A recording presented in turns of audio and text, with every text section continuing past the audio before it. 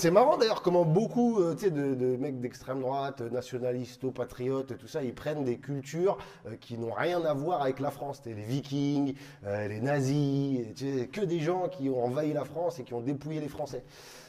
Pourquoi ils aiment pas les Arabes du coup? Non mais ben,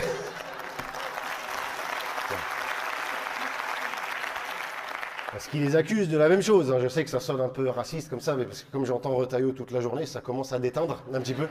Ouais, mais on va pas s'attarder sur lui là. Franchement, aujourd'hui, on va parler pouvoir d'achat, environnement, éducation, service public. Non, on est en France. Allez hop, débat sur le voile, c'est parti. Hein, ce coup-ci, qu'est-ce qui se passe? Où est-ce qu'elles n'ont pas le droit? Au travail, à l'école, à la piscine, à la plage? On se demande s'ils cherchent des musulmanes ou Martine, quoi. Ouais. Là, le prochain ministre de l'Intérieur, s'il veut marquer les esprits, il va falloir qu'il leur interdise le voile chez elles. Ouais. Et celui d'après, il faudra qu'il leur interdise le port de la tête. Carrément, Alors cette fois, c'est le voile dans les stades. Voilà, parce que selon Retailleau, le Charles Martel de Maine-et-Loire, là, le port du voile dans le sport crée de l'entrisme. L'entrisme. Donc, pour pas que les femmes restent entre elles, il leur propose de pas venir, en fait. Voilà. Vous restez chez vous, entre vous. Du coup, elle est sympa la logique à Bruno. Pour lutter contre l'entrisme, il propose le rentrisme à la maison. Voilà.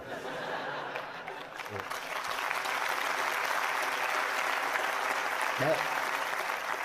Si, comme il dit, le voile est un outil de soumission des femmes, mais que le sport est un outil d'émancipation des femmes et que c'est ça que tu veux leur enlever, bah, la prochaine présidentielle, les frères musulmans, ils vont voter Retailleau. Hein. Ils leur interdisent les mêmes trucs. Il y en a un, il leur interdit de montrer leurs cheveux, l'autre, il leur interdit de courir. C'est du travail d'équipe, hein, je suis désolé. Pour l'instant, là, on ne parle pas des retraites, par exemple, du gros conclave de Bayrou. Là, il a dit, ouais, les partis, les syndicats, venez, on va discuter de la réforme des retraites. Petite précision, on changera que dalle. Voilà. Vous pouvez discuter entre vous, moi je vais rien foutre dans la pièce d'à côté, comme d'hab. Voilà. Bisous. Ils étaient tous là à se regarder, sans pouvoir rien faire. On aurait dit des rabbins un vendredi soir devant l'ascenseur. Bon, bah,